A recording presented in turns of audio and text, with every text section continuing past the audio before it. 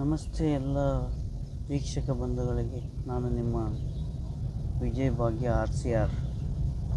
ಕುಂಭಮೇಳದ ಪ್ರಯಾಗ್ರಾಜ್ ಪ್ರಯಾಣದ ಹಿಂದೆ ನಮ್ಮ 4ನೇ ದಿವಸದ ಪ್ರಯಾಣ ಚಿತ್ರಕೂಟದ ಕಡೆ.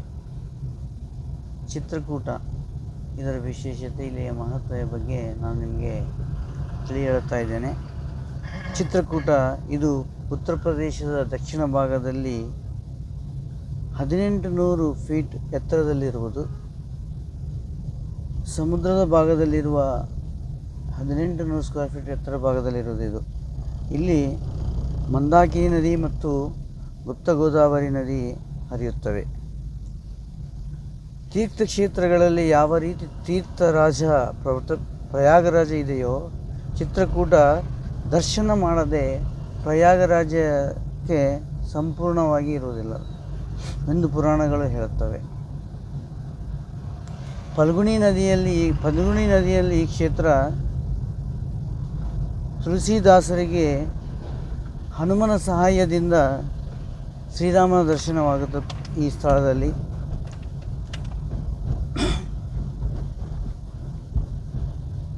ತುಳಸಿದಾಸರು ದಿನನಿತ್ಯ ಸೇವೆ ಮಾಡುತ್ತಾ, ಗಂಧಲೇಪನವನ್ನು ಮಾಡುತ್ತಾ ರಾಮ ಲಕ್ಷ್ಮಣನಿಗೆ ಬಾಲ್ಯ ರೂಪದಲ್ಲಿ ಹಚ್ಚಿದ ಜಾಗ ಇದು, ಈ ಚಿತ್ರಕೂಟ.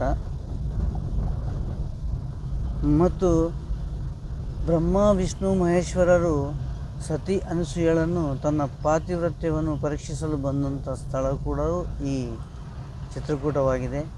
ಮತ್ತು ದತ್ತಾತ್ರೇಯನು ಜನ್ಮ ತಾಳಿದ ಈ ಕ್ಷೇತ್ರವು ಈ ಚಿತ್ರಕೂಟ.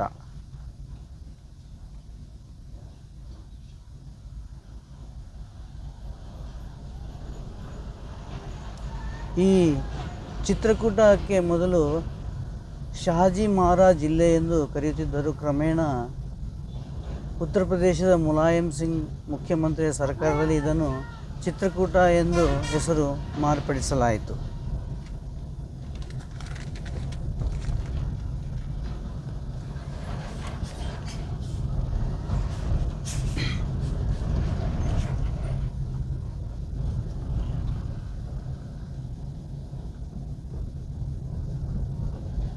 ಈ ಸ್ಥಳವು ರಾಮಾಯಣದ ನಮ್ಮ ಶ್ರೀರಾಮಚಂದ್ರರು ತಮ್ಮ 14 ವರ್ಷಗಳ ವನವಾಸದಲ್ಲಿ 11.5 ವರ್ಷವನ್ನು ಕಳೆದಂಥ ಸ್ಥಳವು ಈ ಚಿತ್ರಕೂಟವಾಗಿದೆ.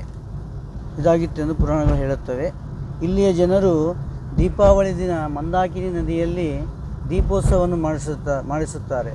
ಅದು ಯಾಕಂತಂದರೆ ಶ್ರೀರಾಮನ ಪಟ್ಟಾಭಿಷೇಕೆಯ ಸಂಭ್ರಮದಲ್ಲಿ ದೀಪಾವಳಿ ದಿನದಂದು ಇಲ್ಲಿ ದೀಪೋತ್ಸವವನ್ನು ನಡೆಸುತ್ತಾರೆ.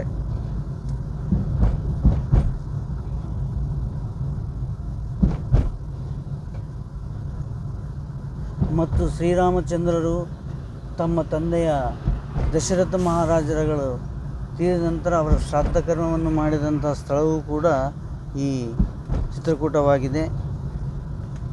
ಮತ್ತು ಭರತರು ದಶರಥ ಮಹಾರಾಜರ ನಿಧನ ನಂತರ ಪುನಃ ರಾಜ್ಯವನ್ನು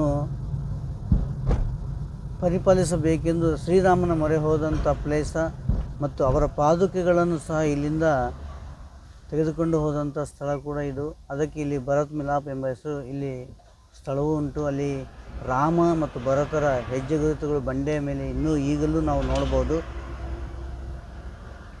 ಇವೆಲ್ಲವೂ ಸಹ ನಿಮಗೆ ನಾನು ಮುಂದೆ ಒಂದೊಂದು ಸ್ಥಳದಲ್ಲಿ ನಿಮಗೆ ನಾನು ಅದರ ಮಹತ್ವವನ್ನು ಸಹ ನಾನು ತಿಳಿಸುತ್ತೇನೆ. ನನ್ನ ವಿಡಿಯೋಗಳನ್ನು ನೋಡುತ್ತಾ ಇರಿ.